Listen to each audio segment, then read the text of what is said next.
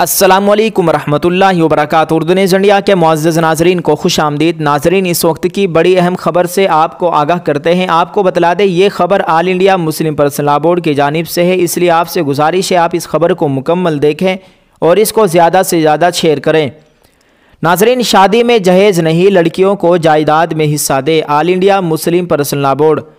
ناظرین کرام، آپ کو بتلا دیں کہ All India Muslim Personal Law Board کی اصلاح معاشرہ کمیٹی کی ایک اہم میٹنگ ہوئی۔ کئی مسئلوں پر تبادلہ خیال کیا گیا۔ میٹنگ کے دوران بورڈ کے صدر مولانا رابع حسنی ندوی نے کہا ہے کہ مجھے بہت افسوس ہوتا ہے کہ مسلمانوں نے مذہب اسلام کو صرف نماز تک محدود کر دیا ہے۔ گزشتہ کئی سالوں سے سماجی معاملات کی امید کی جا رہی ہے اور اس طرف کسی کی بھی توجہ نہیں ہے۔ انہوں نے کہا ہے کہ شادیوں میں جہیز دینے کے بجائے لڑکیوں کو جائیداد میں ان کا اصل حق دیے جانے کی ضرورت ہے۔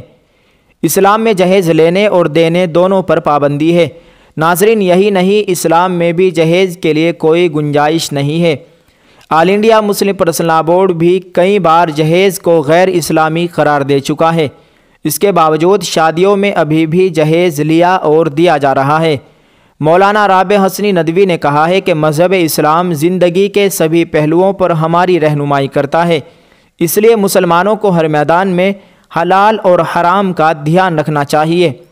انہوں نے کہا ہے کہ اسلام کو صرف نماز تک ہی محدود نہیں رہنا چاہیے۔ مسلم پرسنل لاء بورڈ کے صدر نے کہا ہے کہ شادی میں جہیز کے بجائے جائیداد میں لڑکی کو اس کا حق دیا جانا چاہیے۔ شادی کے دوران اسلامی احکامات پر عمل کرنا چاہیے۔ اس کے لیے سب سے ضروری ہے کہ بغیر کسی جہیز کے نکاح ہو۔ ناظرین، آپ کو بتلا دیں کہ حضرت مولانا خالد سیف اللہ رحمانی صاحب نے کہا ہے کہ حضرت مولانا ولی رحمانی صاحب رحمۃ اللہ علیہ کی دیکھ بھال میں بھی پورے ملک میں ایک آسان شادی مہم شروع کی گئی تھی۔ اس دوران مولانا ولی رحمانی کی نگرانی میں درجنوں شادیاں سادگی کے ساتھ کرائی گئی تھی۔